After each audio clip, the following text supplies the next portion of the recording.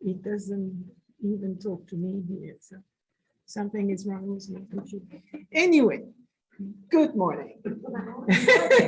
The problem is high tech, and doing it in hybrid doesn't make it easier. Anyway, I'll have to work on that at home. Today we start the high Baroque period. So we have seen the early Baroque with artists such as Caravaggio and the Carracci family, as well as a few others, often the followers of Caravaggio and the Carracci. And once we come to about 1620, we come to the high Baroque. It's really when Baroque is now completely has blossomed, if you want, and becomes the style of the century. Bernini is going to be definitely the main figure during that time, mostly a sculptor, architect, and also painter, though he produced about 400 paintings. We don't have too many left of this. So let's look at the context and what Rome is about during that time. Of course, Rome had gone through the terrible period of the 1527 sack, where Rome had been looted and demolished. That lasted 9 months. So you can imagine having these soldiers roaming around until they ran out of food and literally had to leave the city. So you can imagine how the locals were living. Also, Rome was paying the price for what was happening in the rest of Europe, which is during the Reformation. And we have all these preachers and other philosophers that are splitting from the Catholic Church, or at least are trying to change things in the Catholic Church, which it unfortunately refuses, and so therefore have to split. I'm talking about Luther, Zwingli, Calvin, and of course the Church of England, also in the 1520s. So to react against these big challenges to the faith, the Catholic Church is going to put together some councils and multiple councils between the period of 1545 and 63 that are called generally the Council of Trent, but took place in about 4 sessions, where the biggest heads, if you want, the biggest brain of the Catholic Church got together and tried to resolve these problems. But as you can imagine, the city of Rome had paid a really stiff price with all these events. And it's at the advent of Sixtus V in 1585 that under his really iron,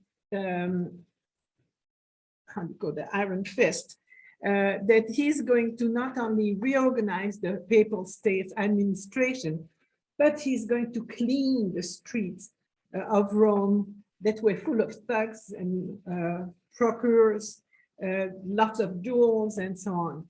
And really started a very ambitious building program. And one of the main issues was water. You had to bring fresh water to the city. The city had, of course, the river Tiber going through it, but you can imagine how polluted that water was, because it not only had the refuses, but the natural deposit of different things. So drinking that water was not a very good idea, even if it was filtered. And so what he did is restore the ancient aqueduct. And that restoration brought some really clean spring water that was coming from the hills surrounding Rome. He built some new houses in Poor district. The old houses in the center of the city were destroyed to open the way to new and wide streets. And this is pretty much what started the Rome that we know nowadays. This made Rome a much better destination for pilgrimages And the pilgrims bring a lot of money very often. So it's a really important commercial deal in a sense. And the old obelisks were moved or erected to redecorate the city.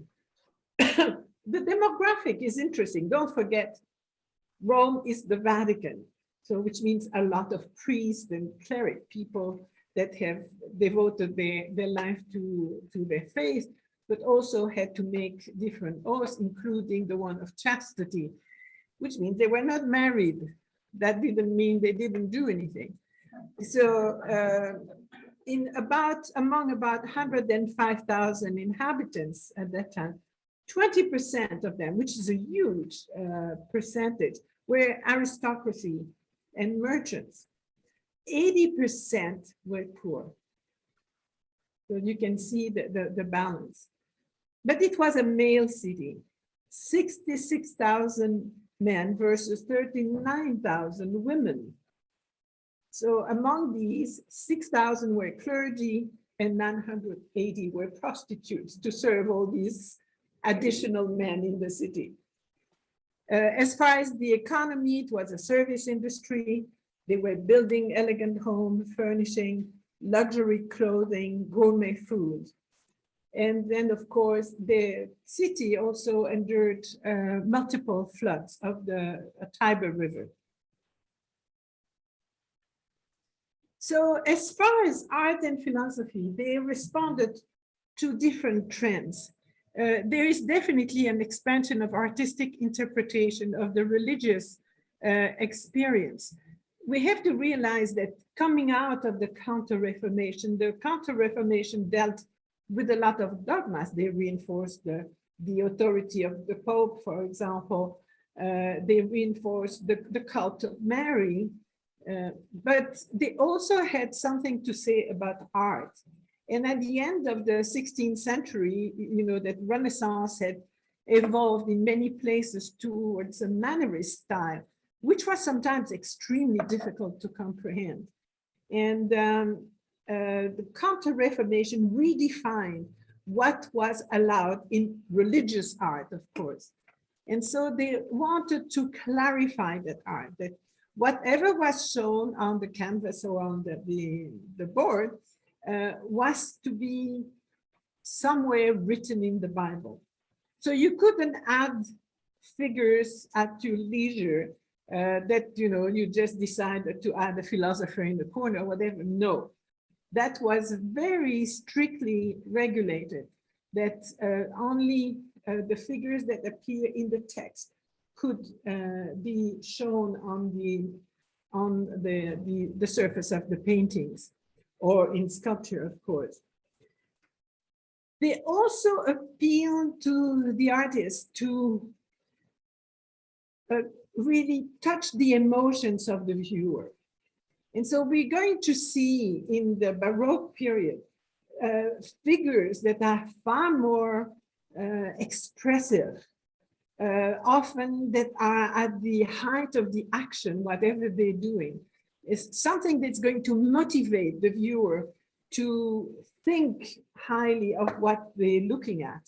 And we'll see that later on in this period, for example, these incredible dome paintings and ceiling paintings are going to very much appeal to the idea of looking up to the heavens where everything is happening. So part of the philosophies that were around at the time was casuistry and probabilism. It's really interesting. The casuistry is, for example, it's an idea that lying is not always morally wrong, that depending upon the detail on the case, lying might or might not be illegal or unethical. For example, the casuist might conclude that a person is wrong to lie in legal testimony, for example, under oath, but might argue that lying actually is the best moral choice if the lie saves a life. So they're really kind of much more tolerant as far as that is concerned. And you might argue that they were right in many ways.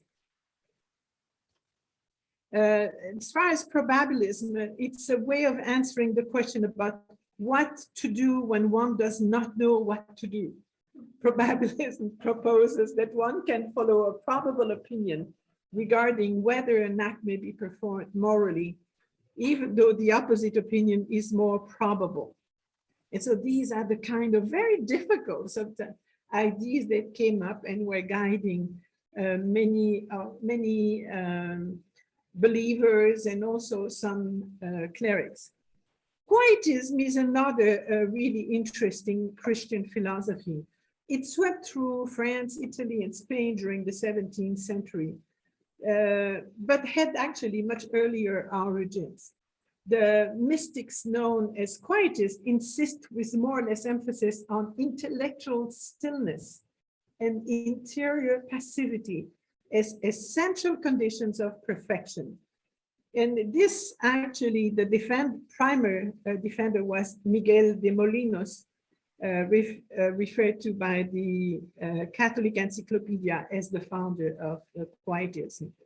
And this was actually quite popular at the time, to have that very serene attitude towards the belief. The Jesuits came up in the end of the 16th century and really grew very quickly. It's a militant order that were really trying to not only teach the population, but also try to convert them. And under three generals, that's the head of the Jesuits are called generals. It tells you how military actually, because Ignatius of Loyola was a former military. And so under the last three generals, the Jesuits had become much more mundane, had a lot of wealth, luxury, and were part of a lot of political intrigue, which is going to cause their demise in the next century. But the Jesuits were performing regularly what we call the spiritual exercises that were exercises that were putting you almost physically attuned to the suffering of Christ, for example. And they were really pushing the idea that you had to feel the pain that Christ felt through the passion. This is something that many people enjoyed in a sense.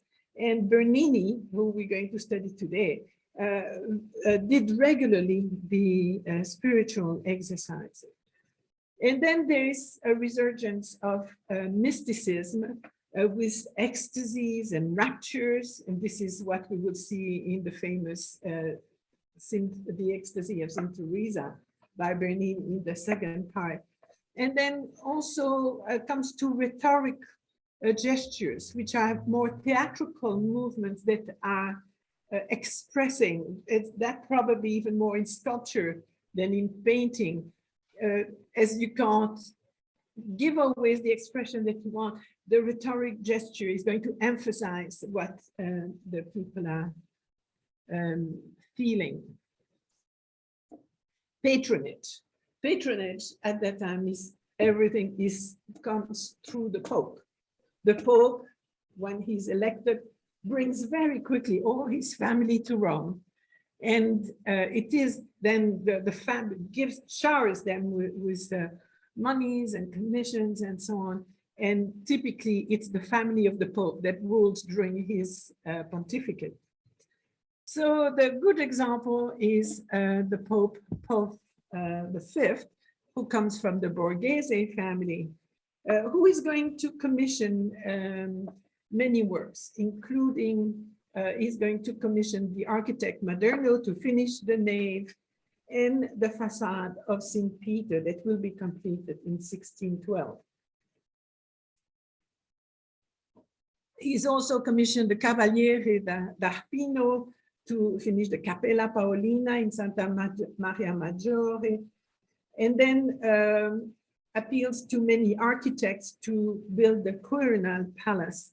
For that, he calls on Fontana, Ponzio Maderno, and then has the decoration done by the main painters of the time, Guido Reni, who is a student of the Carracci, Lanfranco, who is the same, and then one of the children of the Carracci, Antonio. But the main patron of the arts under Paul V is his nephew, the Cardinal Scipione Borghese, who is that big figure. And we've talked already about him during the end of Caravaggio's short career. But he is going to play an enormous role in bringing Bernini out of, let's say, I wouldn't say darkness, because he's known from early on, and his father was a sculptor. But so anyway, he's going to have an enormous role in the early career of Bernini and of many other artists. And you see there two busts, one of Paul V and the other one of Scipione, under the made by Bernini, one early in his career, the second one later. Just a little word on Scipione Borghese. He was not a very nice individual. He appeared to be nice, and you look at him, he was jovial, had an enormous amount of entertainment in his house, often that had very little to do with religion, but was known to be, when he wanted something, nothing stopped him. Even murder happened because he wanted certain things that belonged to other people. He also had a very lax morale and was known to love young boys and handsome young men. And that was very known, though it was strictly forbidden. Here are some of the works that he commissioned, that the Pope commissioned, the facade of St. Peter of Rome after finishing the nave. Now, if we look at the facade of St. Peter, we can notice that it is not following the golden rectangle proportion. And this is the reason. The reason is that there were some towers that were supposed to be built on either side of the main entrance. And this would have corrected that idea of a much too elongated facade. That's another story, and we'll talk about it later on. I give you an idea of the Cappella Paolina, decorated by the Cavaliere d'Arpino, with whom Caravaggio had studied for a while and worked for, and who was the kind of lingering Mannerist type of painter. And then the Palazzo del Quirinale on the lower right, that was built by a multitude of architects. When Paul V died, it's another friend of Bernini who was elected, to the surprise of some, but Urban VIII of the Barberini family was elected in 1623, which means it is not right away after the death of Paul V. There are a couple of popes that lived a few weeks and then a few months, and then finally Gregory XV, 2.5 years. And they, of course, by the short period of their pontificate, couldn't do very much, and so we're not going to talk very much about them. But following Gregory XV, Urban VIII of the Barberini family had a rather long reign as a pontificate, as you can see. He died in 1644. He was a great patron of the arts. He patroned Nicolas Poussin and Claude Lorrain, who were both French originally, but spent a lot of their career in Rome. He also, of course, built the palazzo that bear its name, Palazzo Barberini, that was built by Bernini, Borromini, and decorated by Pietro da Cortona. The church of San Sebastiano al Palatino was rebuilt, and then he added some decoration to the huge Basilica of St. Peter, commissioned the Cathedra Petri that we will see later. A little sideline. In 1624, he issued a papal bull that made smoking tobacco punishable by excommunication because he believed that it led to sneezing, which too closely resembled sexual ecstasy. Isn't that delightful?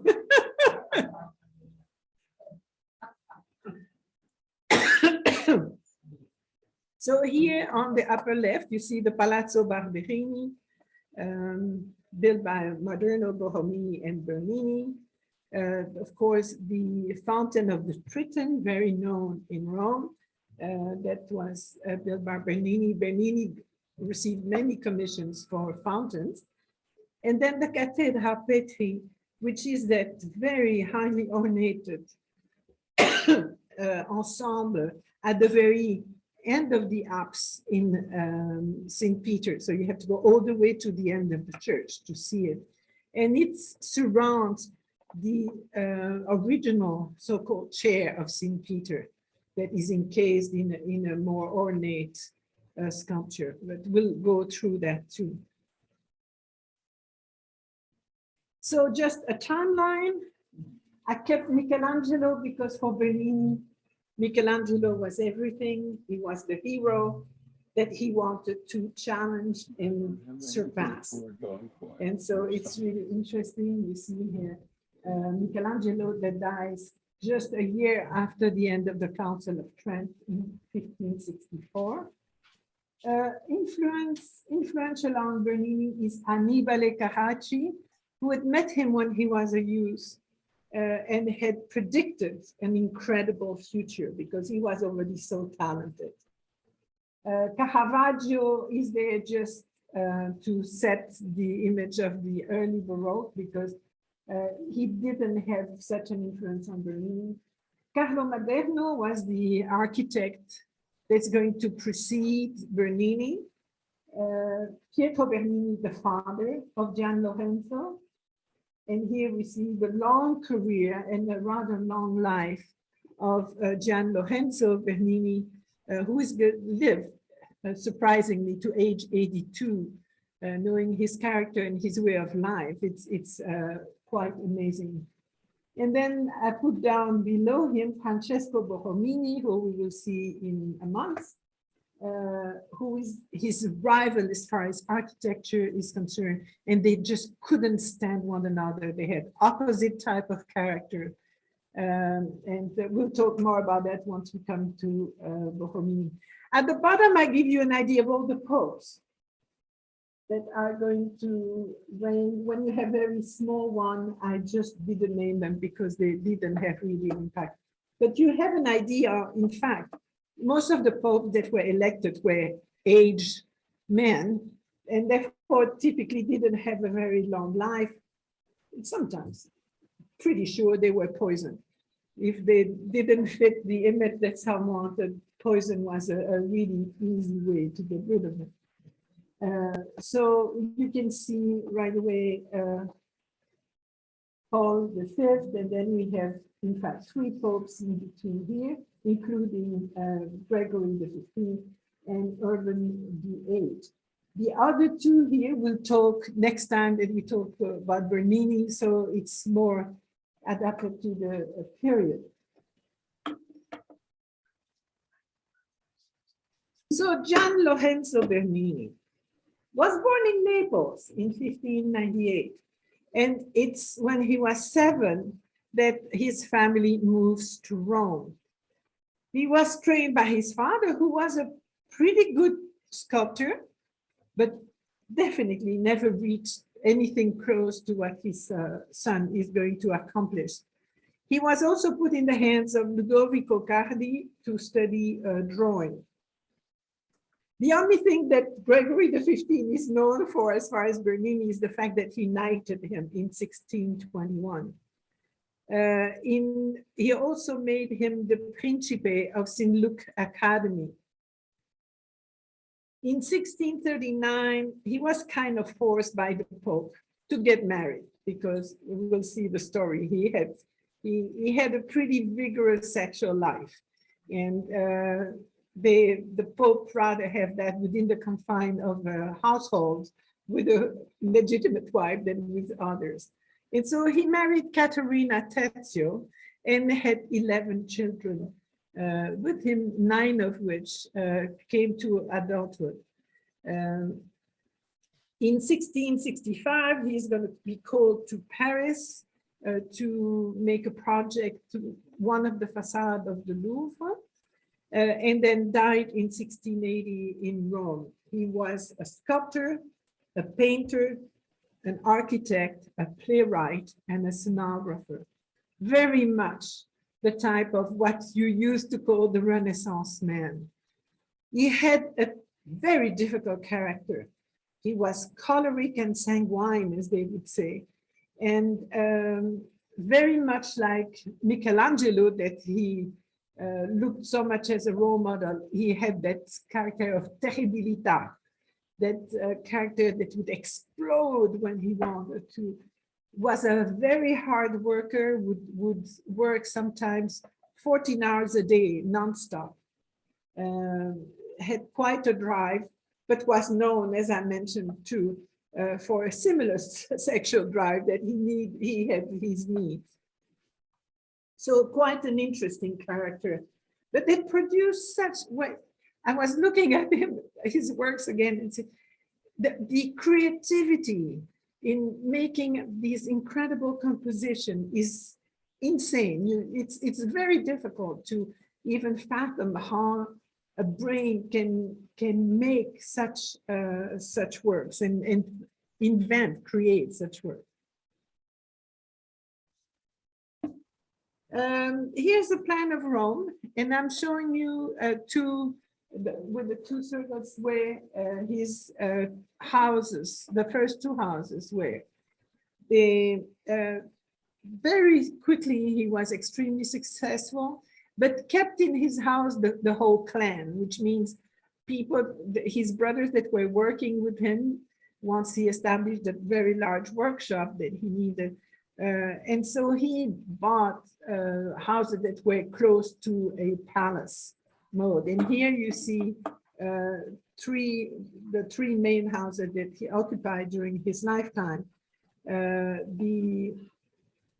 The one on Via Liberiana on the upper left was right across from Santa Maria Maggiore when his father was still alive, and when he had to work there. After his father's death in 1629, he moved the clan to the Santa Marta neighborhood behind the apse of St. Peter Basilica. That one was demolished. For him, it was easy to be close to St. Peter because he was working in it constantly.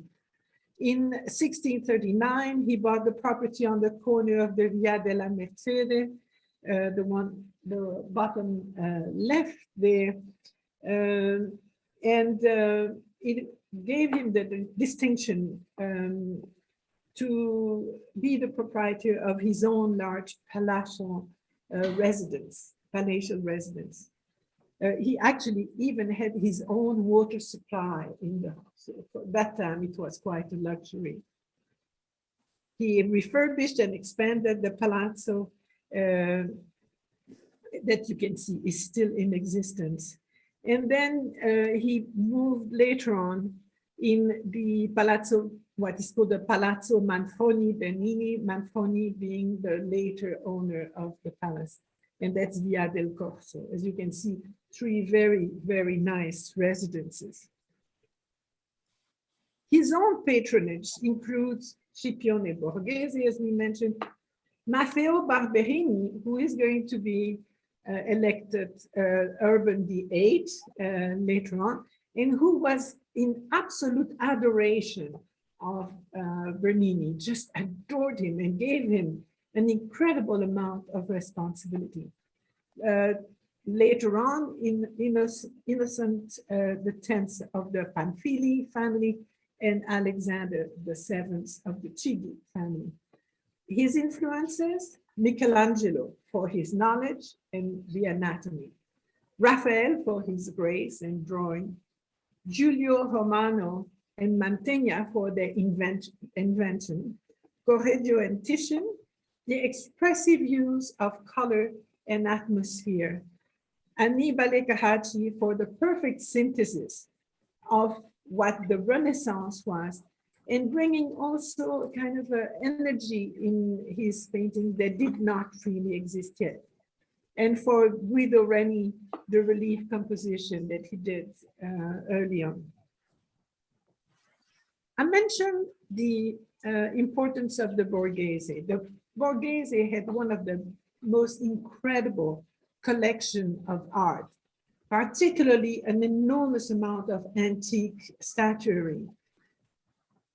And as he had very free access to their palace, he was, of course, he could study how it was made. He could study a whole, not only the technical, but also, of course, the aesthetic of the classical art. And his early works are definitely going to be influenced by this. Borghese used his immense wealth to acquire some collection, even sometimes, as I mentioned, with duress. The two of the sculptures that, as one of which is still in the Galleria Borghese, is the Satyr and the Dolphin, which is a Roman copy of a lost Greek original bronze. And then the interesting, I had to put that one there, is the sleeping hermaphroditus. Do you know what an hermaphroditus is? It's a person that has actually both sets. It's a woman and a man. And it's really interesting because, as you can see, it is in the Louvre, though used to belong to the Borghese. And during the time of Napoleon, Napoleon didn't steal that one, but one of his sisters had married one of the Borghese that at that time was the heir to the fortune, but he came to a hard time. And Napoleon took advantage of that to kind of force his hand to sell him for very low price, 200 of their statues. And so these made their way to the Louvre.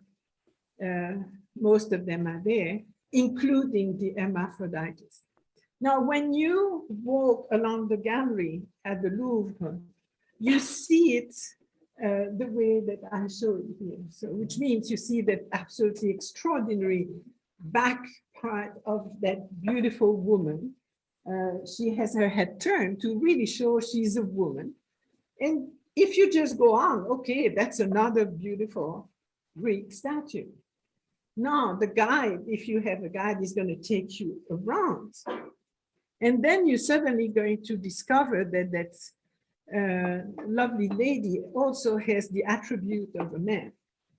And if you see a group of Japanese people along that part, it's really lovely to see their eyes getting huge when they go on that side of the statue. But this is really considered as one of the most beautiful works of art from Polycles in the 2nd century. So imagine the influence of all these works of art on the young Bernini, really young man. So the first work that he's going to make are going to be influenced by that. You can see here a work that is dated around 1615. So he was age of 17. Though his biographer, main biographer, Domenico, who is actually one of his sons, claimed that it was done earlier. But what we see here is the goat and Mafia nursing the infant Zeus and the young satyr. When Zeus was born, it was just the making of his mother, who was trying to hide the birth of her children because her husband, Saturn, devoured his children because it was prophesied that one of them would usurp him. And so she finally decided she gave birth to Zeus. And then instead of giving him the child, she gave him a stone wrapped in a piece of cloth. And then dispatched Zeus very quickly to the island of Crete and gave him to be nursed to some nymphs. that fed him from the milk of the Goat and Mafia. And this is the story that you see here. Here is Zeus. And then in the back there, you see a satyr that you can recognize because of his pointed ears. For young men of 16 or 17, this is already quite a success when you see that sculpture because of the difference of texture that are shown and the very lovely composition of these two young children surrounding the goat. And the next work is also quite interesting, only dated 1616, so he would have been 18. It was for a long time kept in storage in Bernini's own house, and at first wasn't identified as a work of his. But then once scholars came around and looked at the amazing dexterity of the sculptor, they realized this was the hand of Bernini. And what you see there is a faun that is teased by children. He's trying to get some fruits from the vine, and the children are trying to push him back. So you can really see they're pushing his face back. Down below is the pelt of a lion, and down here you have a cheetah or a tiger that is feeding on the lower branches of the vine. Yeah, how is that? I didn't give you 52 inches. Yeah, so it's a rather good size. It's almost life size. If you count the position of the satyr, it's almost life size. And it's really beautiful. Again, you have a variety of texture, of surfaces. I show you another angle that shows you really the force of the leg of the young faun who is pushing back, trying to fight these young children. The reason why it stayed in the house of Bernini is that Bernini ran short of marble. One of the elbows of the putties that you see there is not finished. He ran out of marble and it had to be done in one piece. And so he considered that as a failure, if you want, and kept it because it was very beautiful otherwise. And is now has been bought by the Metropolitan, is in the Metropolitan Museum.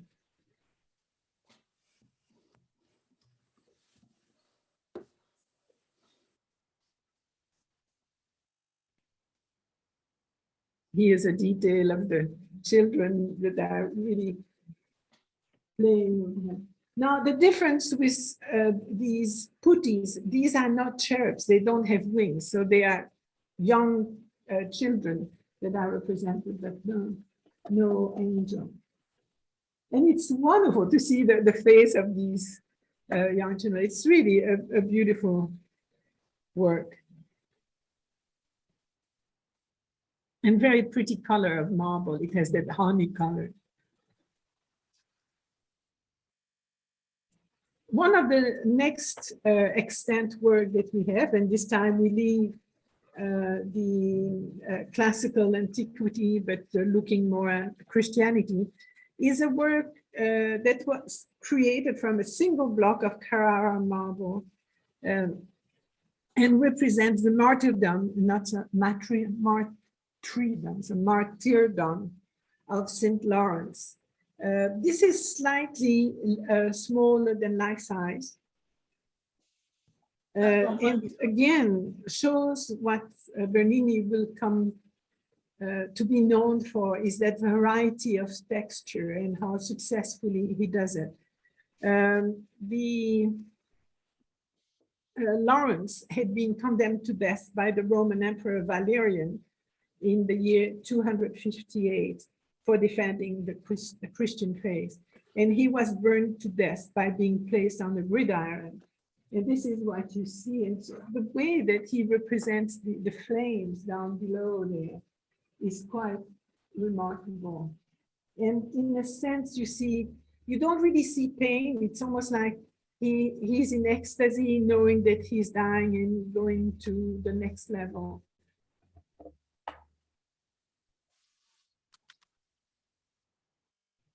He's also very known for portraits and busts.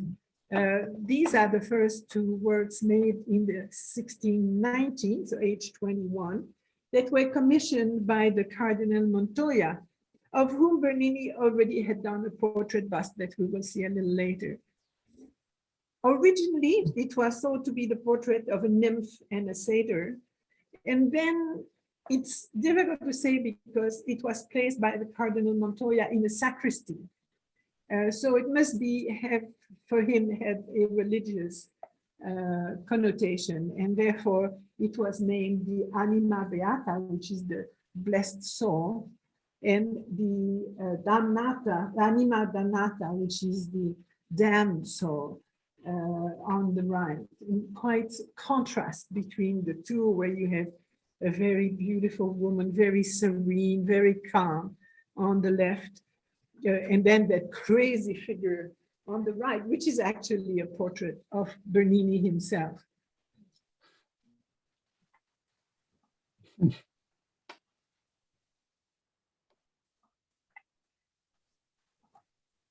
Yes. That would be sand and files. They would go through quite a work, and that's why I will show you some other works, and we go through some of the texture, because to rough up the marble, then he has the chisel to give that different texture. But once you want a polish, it goes through quite a work of sand and files and a lot of work to come to that very beautiful polish.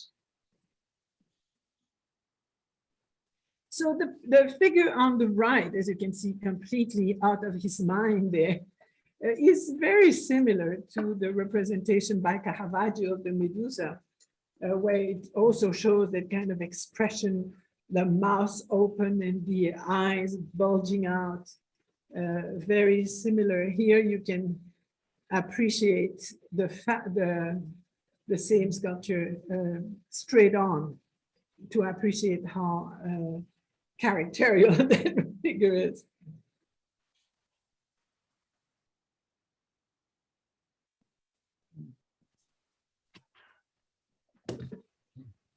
He was then asked to make some larger groups.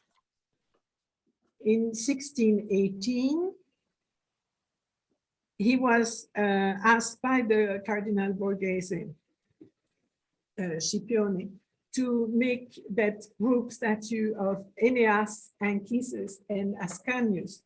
Aeneas, of course, who was considered in one of the stories of the founding of Rome, was the founder of Rome, having come from Troy all the way to Rome, and supposedly having founded Rome. So there are multiple stories of the founding of the great city.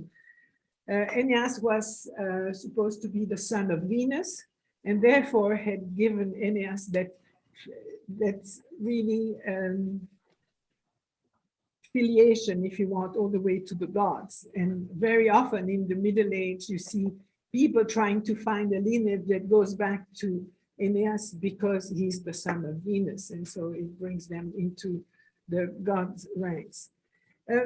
Really beautiful, but still quite influenced in style with the Mannerist works of Giambologna, for example.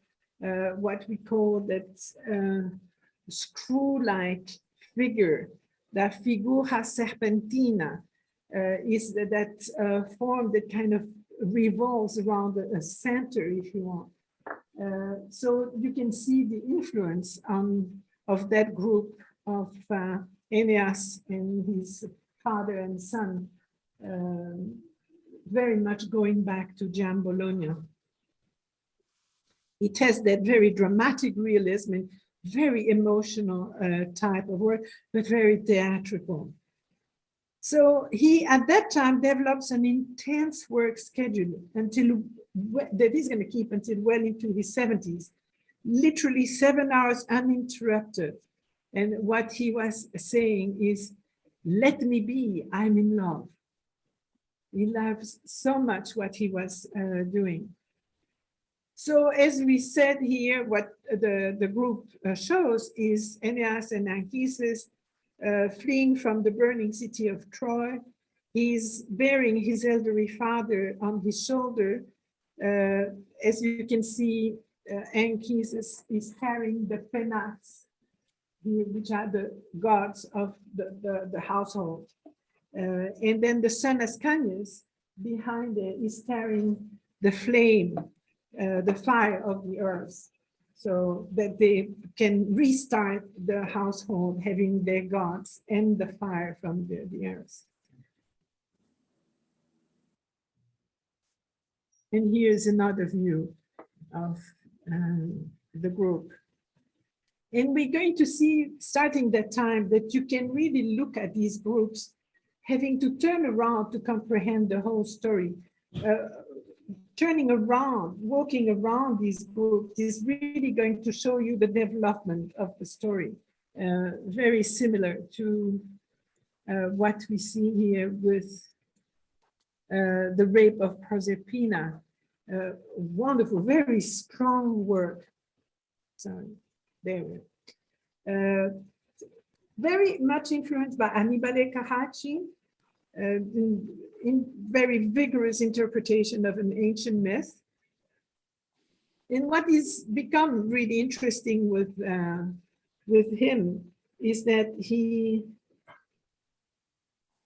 is treating marble as dough, very much like people were doing before with bronze, because with bronze you start with a terracotta center. And so you can give these imprints and these very soft difference of level. And Bernini is going to come to do that with marble. Here is the good example that you can see. Oh, that's good. The of the finger on the thigh of Proserpina really shows that for him, it's almost like marble becomes malleable. And quite interesting. The story is, of course, Pluto, the god of the underworld, abducting Proserpina, who is the daughter of Ceres, who is, or Demeter, depending if you talk about Greek or Roman gods. And she was the goddess of harvest and fertility. The mother intercedes with Jupiter. She obtains the permission for her daughter to return to Earth for half the year, and then spend the other half in Hades. And so that's why in the spring, the earth welcomes her with a carpet of flowers. The group was executed between 1621 and 22, and the Cardinal Scipione gave it to the Cardinal Ludovisi in 1622, and it remained in his villa until 1908, when it was purchased by the Italian state and returned to the Borghese collection. So we still have that twisting, that figura serpentina that we have seen with the Mannerist period, but really starting to see again, depending on where you look at it, you see the beginning of the abduction, and then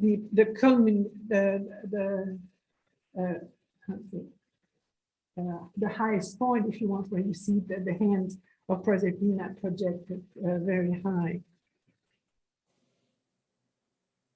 Probably one of the most celebrated of his early works is the Apollo and Daphne. Let me see how many. I'm going to give you 5 minutes if you want before we go on with this one, so you can stretch your legs, take a cup of coffee or a biscuit or a cookie, and for people on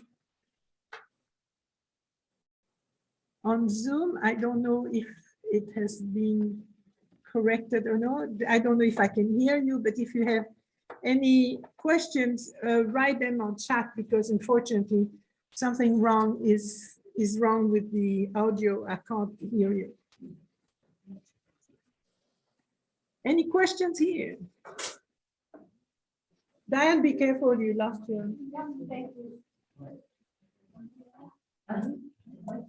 You can put some light if you want, so you see the.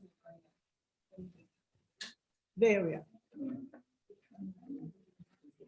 Oh, this is an extraordinary piece. You know, think about him even conceiving the whole thing. Because it's not only the making it, but coming with that conception. It's amazing.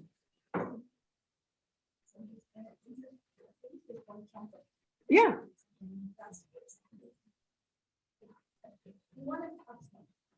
Oh, you do, but that's sculpture. That to me, and you cannot because we have that fat on our fingers that is not good. But when I was in Egypt, there was some place where there was a statue. It was outside. And it was absolutely perfect because people had touched it yeah, over exactly. and over and over.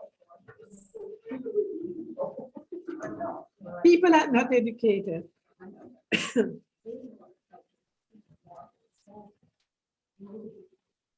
You know, one of my biggest regrets when we lived at Daisy that we did not buy a reference product for David. Oh, yeah. Because we bought one of Michelangelo's. And I thought, it would be so nice to have one. Yeah, it's also a fantastic. You know, I always enjoy when I go through these chapters. So when I have a guy like Bernini and look at works, and every time I say, oh, this is the best. And then you come to the next one and say, no, no, no, that one is the best. There is such genius in that. He's, you know, some of these people are beyond others. There's no doubt. Yeah. There is a concentration because the facture, the way it's made, as we're going to discuss it, doesn't all cannot be attributed to him only.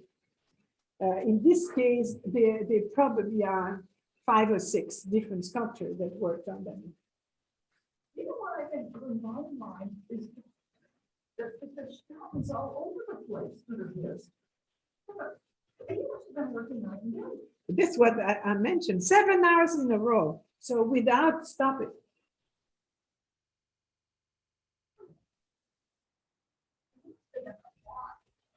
Yeah, but he had, as we will discuss, a huge workshop.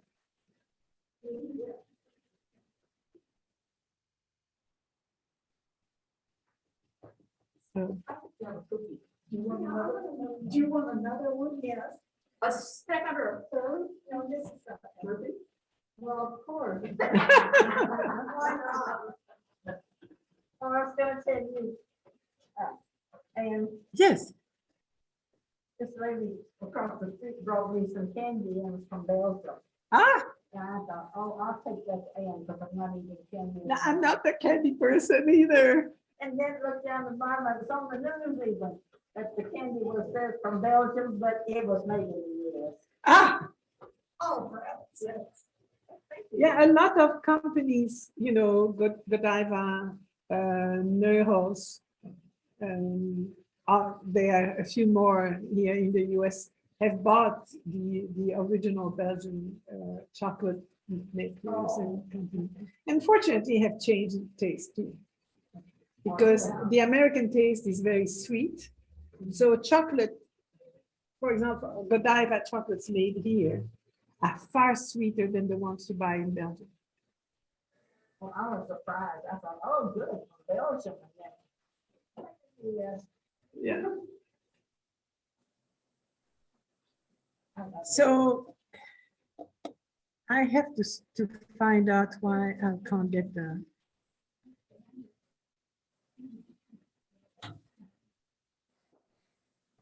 Can't get the sound. Sound is there.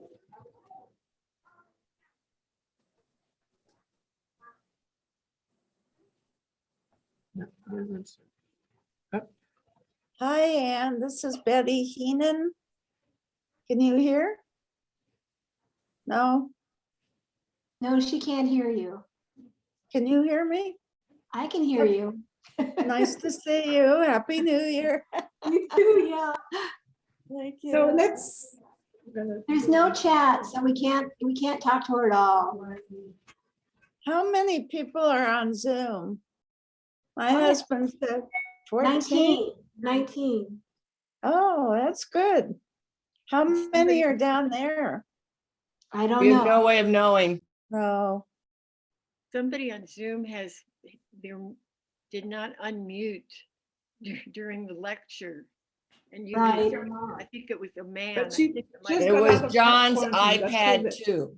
That's And, John's iPad 2 was unfortunately, not because muted. she had the booster, didn't get much symptom at all. But she was in quarantine for 10 days. Oh, wow. Yeah.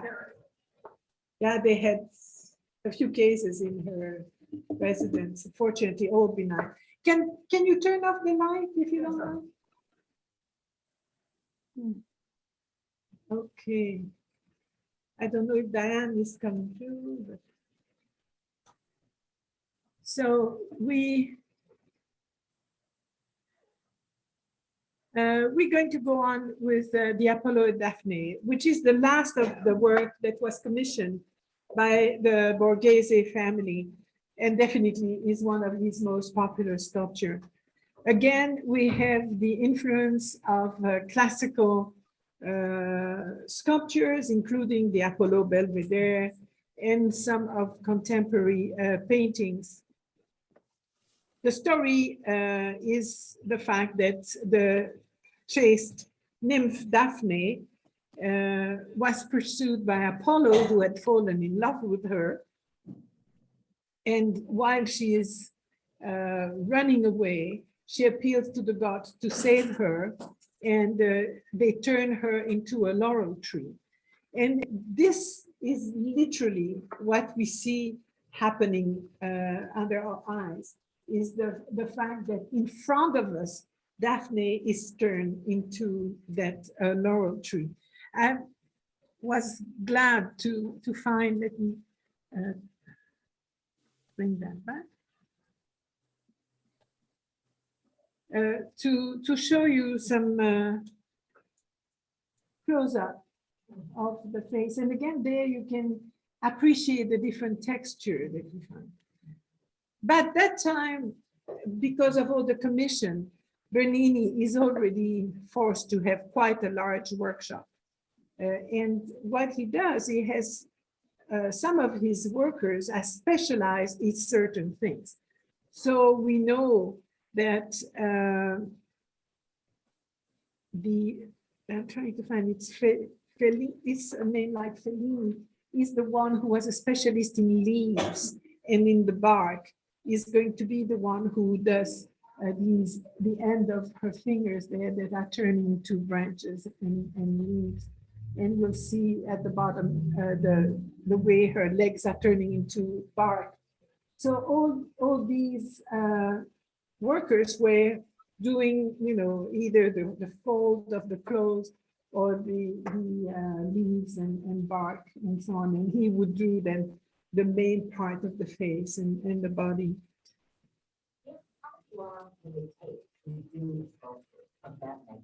It took him 3 years because he was interrupted. That he was in the process of making this when he was asked to do the David. And so he had to abandon it in the middle before he finished it. And so I would say probably 2 years, but between, during all that time, he would do also busts and things like that to make money.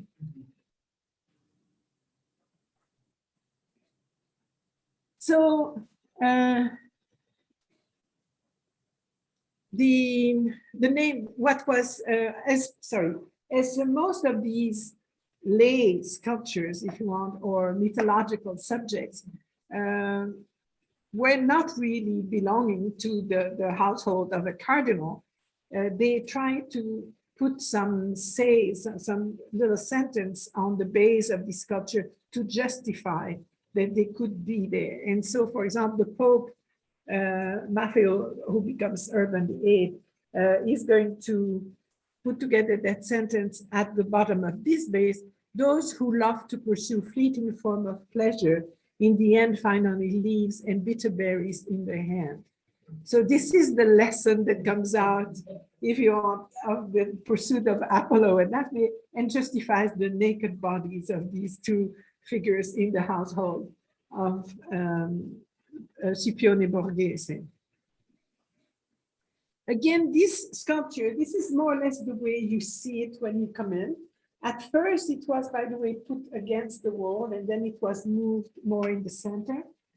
But when you come in, this is what you see. And then when you proceed, the next view shows you not only Apollo running after, but then coming close to getting Daphne, who at that time calls on the gods. And you can see the leaves starting to grow from her hands.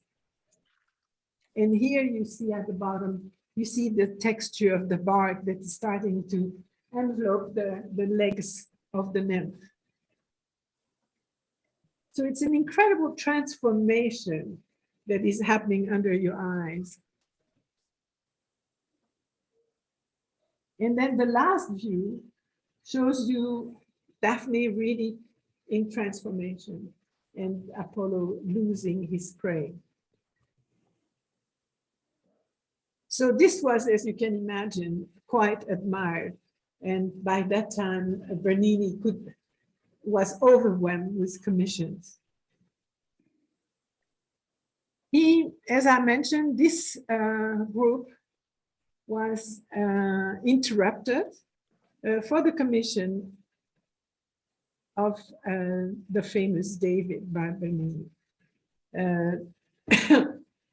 This, of course, goes back to the first book of Samuel, where the Israelites were at war with the Philistines in parentheses, Palestinians, whose champion Goliath had challenged the Israelite army to settle the conflict by a single combat.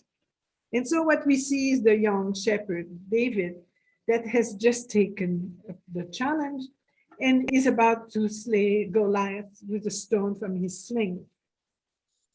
What you see also at the feet of David is the body of armor that the king Saul had given him to protect him, but he wasn't used to that, being a shepherd, and he preferred to fight without it. And so he put it down. And then in front of his feet is the famous lyra that he used to play and known for. This is the last commission of Scipione Borghese for Bernini. And even before it was finished, his friend and protector, Maffeo Barberini, was elected Pope as Pope Urban VIII. So it is literally, it's really interesting to see the evolution of the figure of David, which has been one of the favorite images, particularly in Florence. As you know, this is the early Donatello, showing the David, which was the first freestanding bronze since the antiquity. And then next to that, we see the David by Michelangelo. Both are rather figure at rest. They are thinking. And then when you come and see the one by Bernini, you see all that energy that is displayed with Bernini, where he is, and that's the typical Baroque stance, it's taken at the peak of the action, which means it's just before the release of the slim. Now, to try to be fair to the sculptures, I show you them more or less at the proper scale. And it's quite interesting when you see that, because then you realize how big the David by Michelangelo was. And of course, we have to keep in mind that originally the David by Michelangelo was supposed to be way up against a tower. And so it would have looked much smaller. That's why we have also this distortion of the face and the hand that is bigger than it should be, because of that optical correction that you would have had seeing it from down below. So again, as we've seen with the other books of Bernini, you have to turn around it to appreciate that almost the action that is happening in front of you. So the spectator becomes the protagonist. It's us. We have a role to play around his work. We call that subordinate views. So the right side shows David's movement. He's almost like leaping as he aims with a sling. When you look at the front, he's kind of frozen just a second before releasing the fatal shot. And then when you see him diagonally, there's a kind of rhythmic balance between the movement and the pause. Now, according to some sources, the head of David is the self-portrait of Bernini, and it is the Cardinal Maffeo Barberini who was holding the mirror for him to see his face while he was sculpting.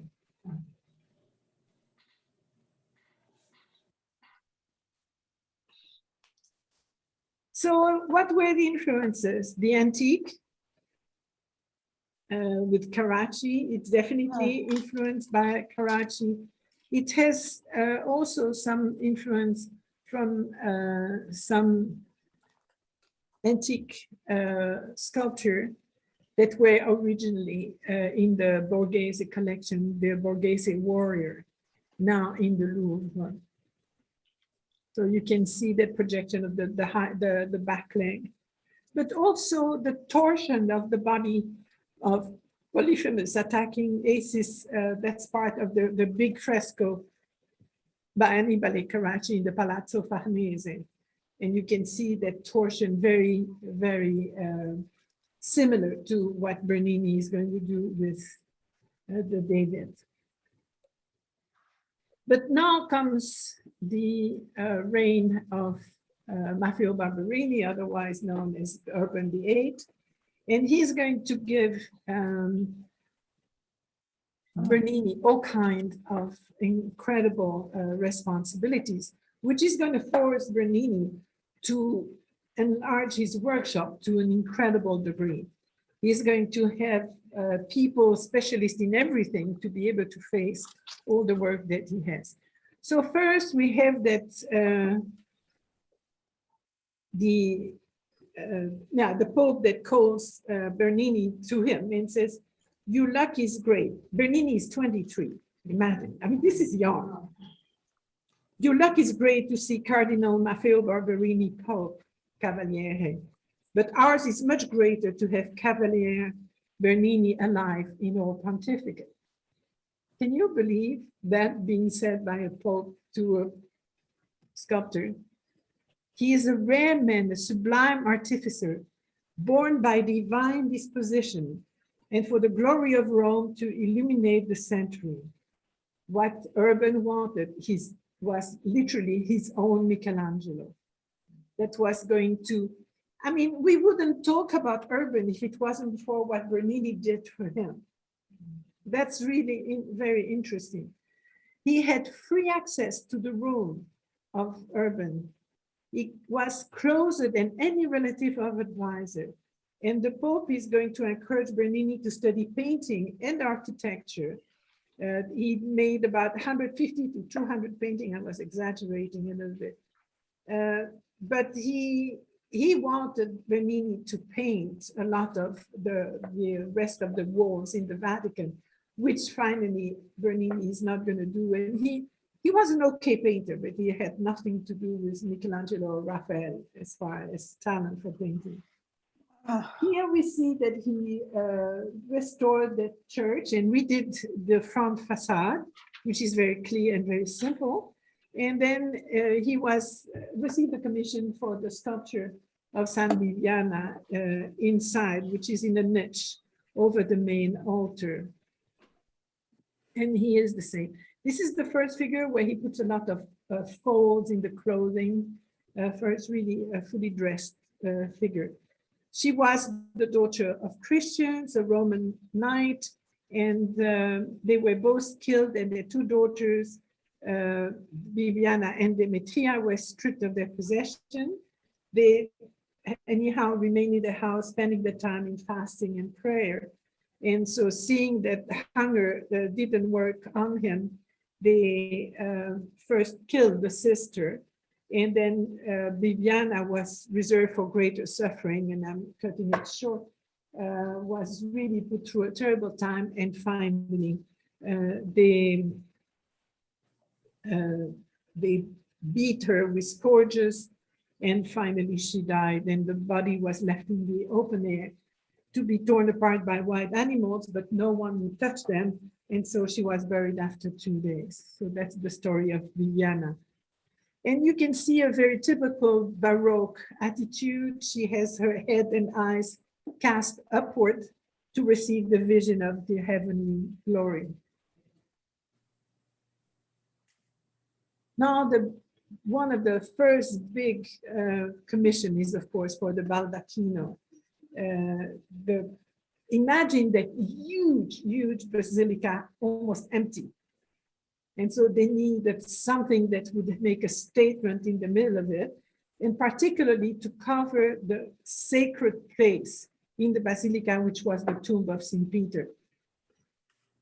And so the Baldacchino is going to mark that sacred place. And this was the typical role of Baldacchino or canopy, was to mark sacred place. It could be an altar, or it could be covering somebody who was of great importance.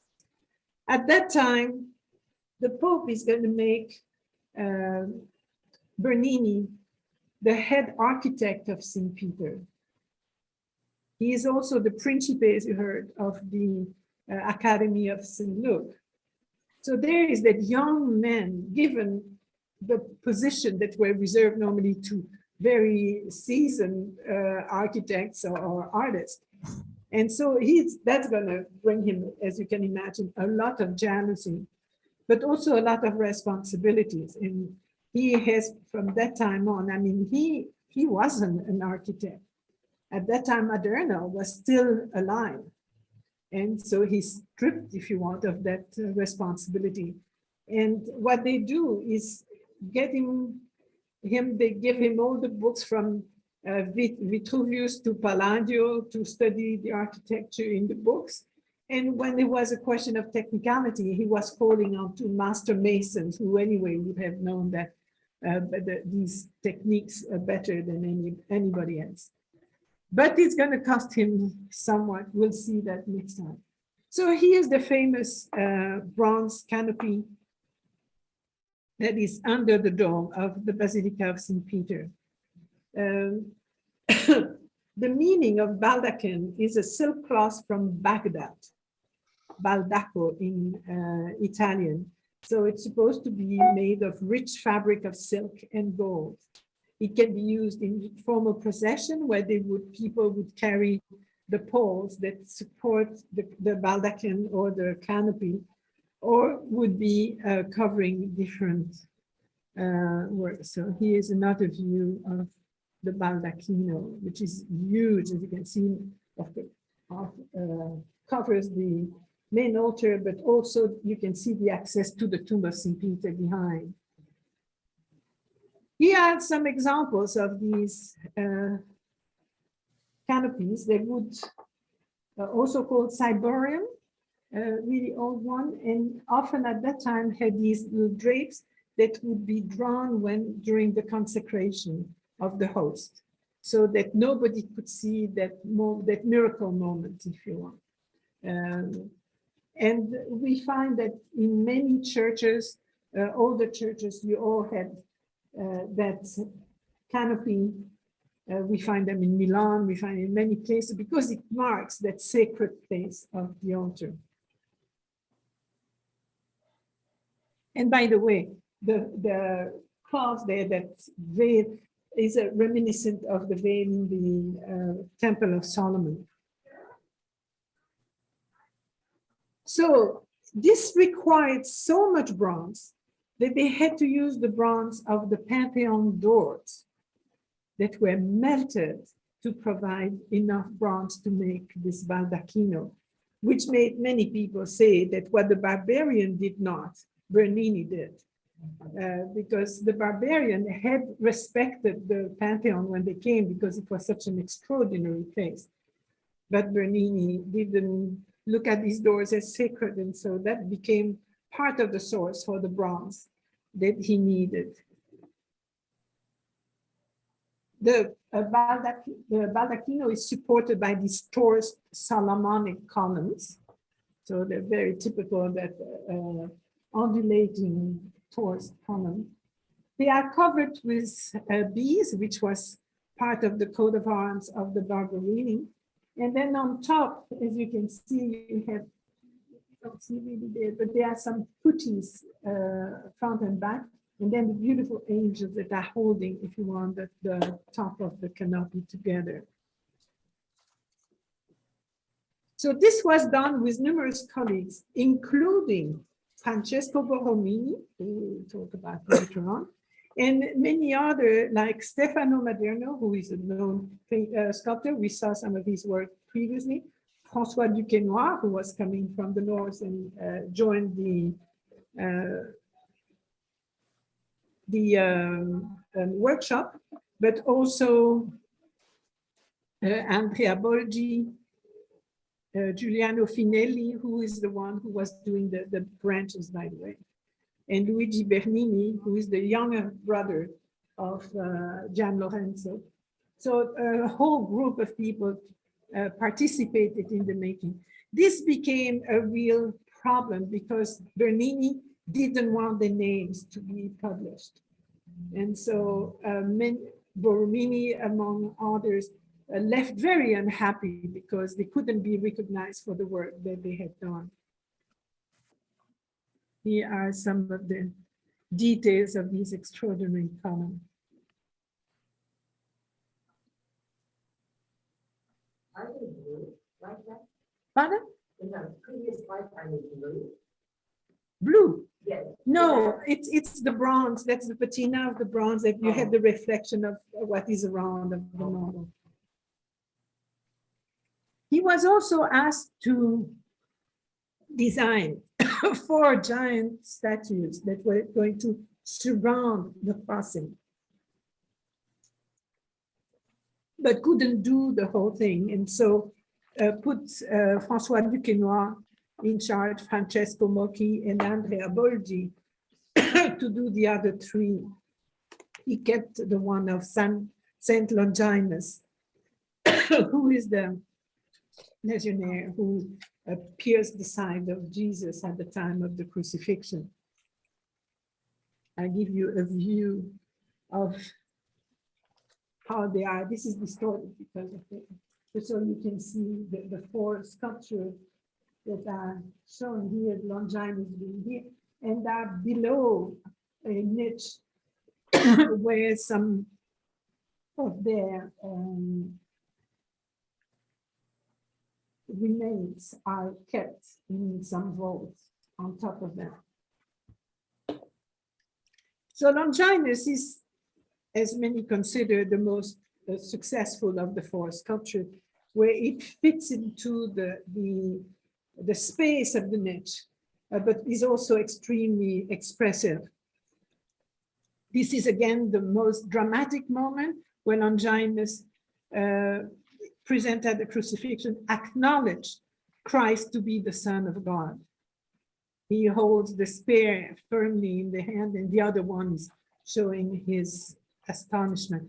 This is one of the bozzetto that he did as preparation for the sculptures. There was always multiple bozzetto before they came to a decision on the final product. So these were much smaller pieces where they would work it on, and you can see that he changed his mind as far as the position of the left hand. And here is a close-up that shows you, don't forget that these sculptures are very large and seen from far away. And to prevent the glare that you would have if you polish the sculpture, he uses that tooth chisel to work out the skin tone, if you want. And from far away, it gives you that sense of velvety surface.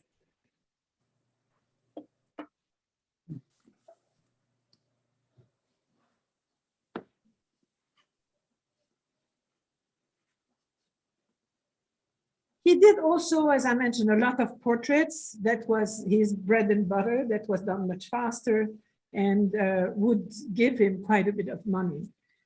That was based on a history, the Roman portraiture, which was very realistic, sometimes almost cruel.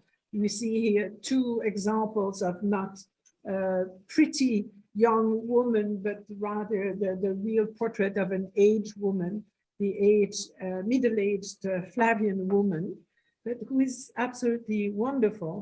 And then the head of a Roman patrician on the right, also showing the character of the figure more than just the aesthetic. In the Renaissance, portraiture had evolved. We have the by Verrocchio, the famous bust portrait of Lorenzo de' Medici.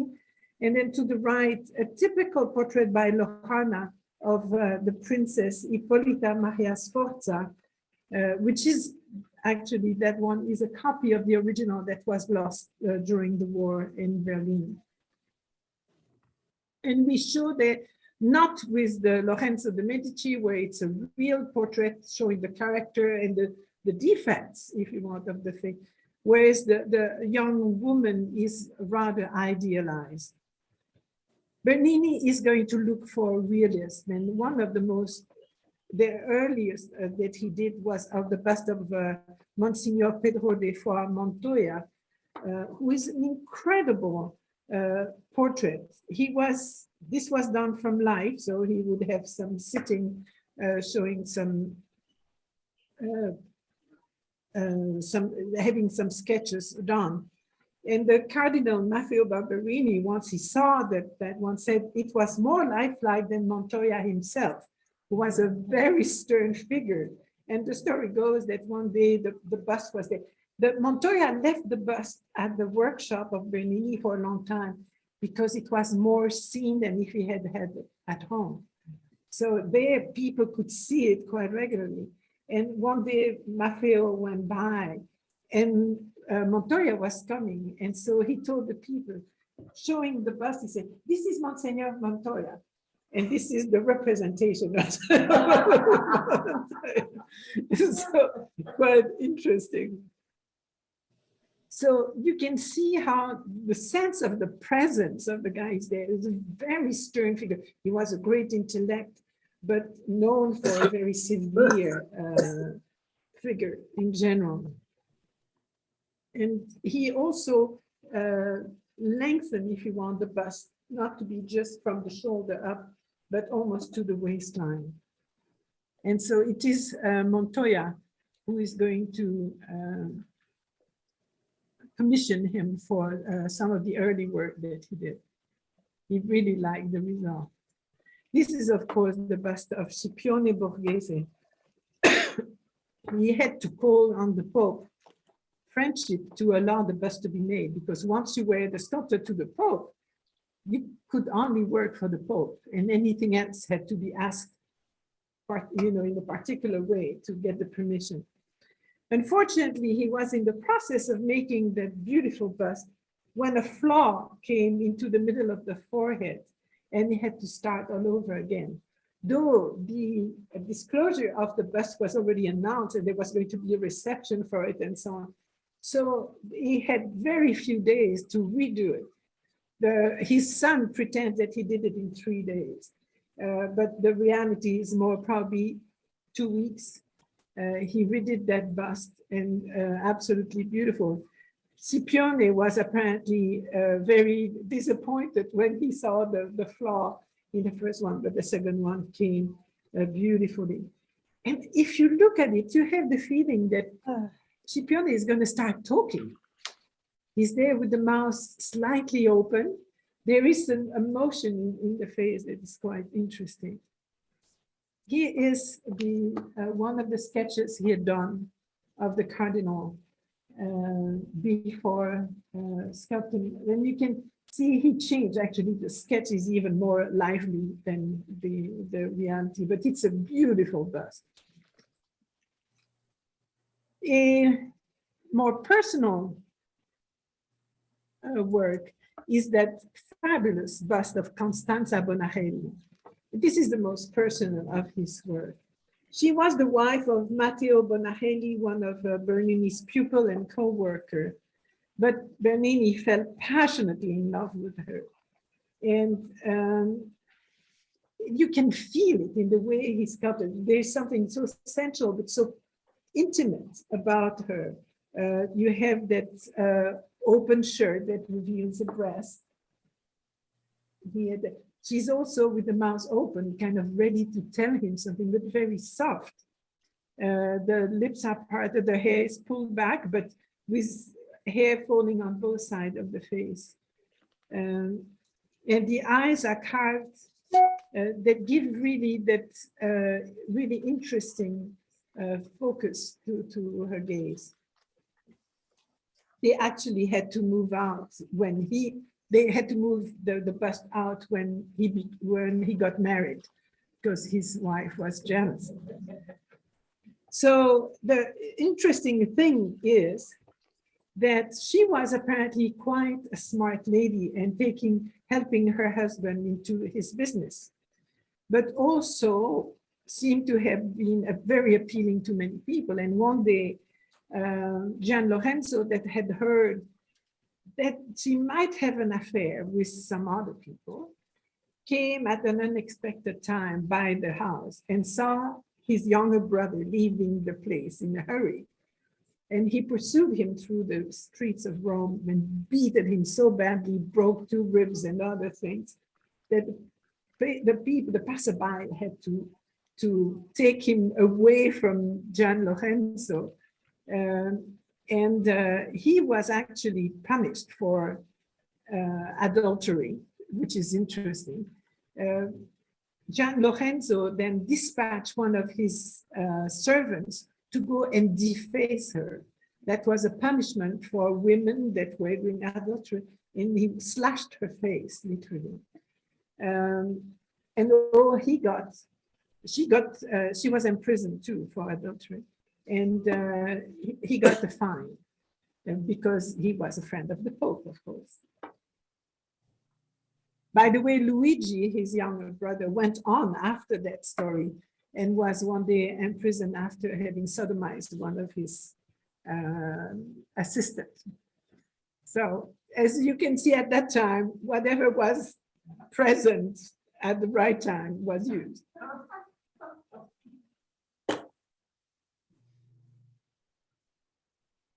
Here you can see another face. It's an absolutely beautiful bust. And then the detail of the back of the head, the hair, the braid holding the head. And then he was receiving also some commission from other countries. Again, because he was the sculptor to the Pope, he had to have special permission. In this case, it was interesting. You're probably familiar with that wonderful triple portrait by Van Dyck of King Charles I of England, who wanted, by that time Bernini was very famous, he wanted his bust sculpted by Bernini, but he's a Protestant. So no way that Bernini can do something directly with him. His wife was a Catholic. Henrietta of France was Catholic. So she had to send the request to the Pope, and she had to send the money to Bernini for him to be authorized to do it. And then the bust would be returned to her, and she could do with it what she wanted. So a very difficult story, but also interesting that here is Charles shown with 3 different costumes at different angle. And this is almost like the predecessor to hologram. You show it at a different angle, and it's going to end up in a 3-dimensional result. Unfortunately, the bust has disappeared in the big fire of Whitehall. All we have is the cast, plaster cast bust after Bernini. And that shows more or less what he did with it. But we don't have the bust. This is another example of a similar work. This time the painting is by Philippe de Champagne, who was a Flemish, of Flemish origin, but having his career in France, for the portrait of Richelieu. And that portrait was finished, as you can see the results, that actually Richelieu didn't care for, made in 1441.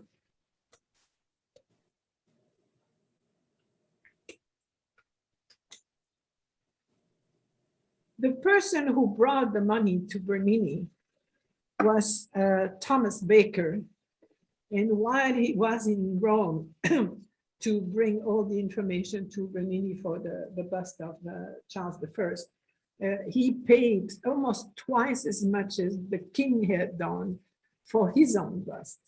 And he paid about 8,000 scudis to have his bust. He was known to have an incredible amount of hair. And this is, I think, very obvious. But then Urban VIII died.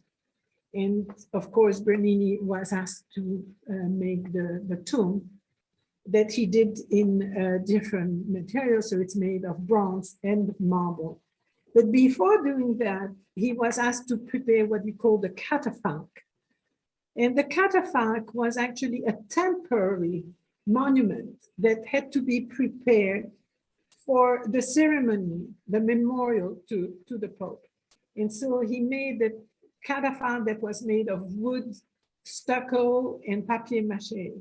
And he had to have 15 sculptures around that catafalque that he made in 2 weeks. And apparently it was so extraordinary that after that he was swamped with demands for catafalques.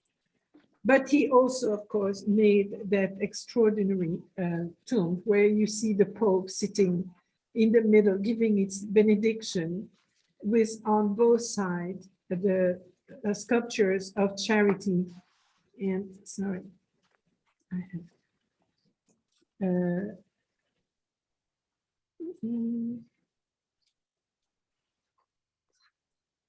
Charity and Justice. Sorry, that's what I mean. And very interesting representation of Urban. He makes him slightly younger, more kind of eternal in representation. And then you have the writing here in the middle, gives him his name. This is the skeletal death in the center, writes the name on the bronze tablet. That's going to be his epitaph.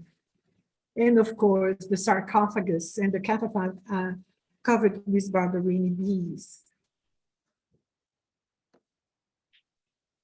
And here is Charity, always showing, feeding somebody.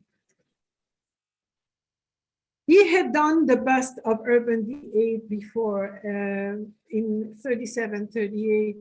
And you can see there an Urban who has the weight of his position on his shoulder, his age, he's tired. And really interesting to contrast that with the face of the Pope on the tomb, where he's a much more serene person and kind of more universal. So after Urban, he's of course going to go on with his career, but sometimes an excess of commission and of love is bringing a lot of disasters. And we're going to see the ups and downs of the second part of his career, where he goes through the rest and then there's a resurgence of his career with extraordinary works like The Ecstasy of St. Teresa and others. That's going to be for 2 weeks from now. And I hope you've enjoyed this one. The next, thank you. The next work will, the next presentation will be on the second part of Orientalism with Jerome and Avazovsky.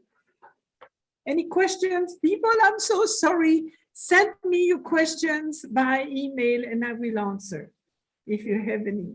The architect in that word, it blows my mind. It's so beautiful.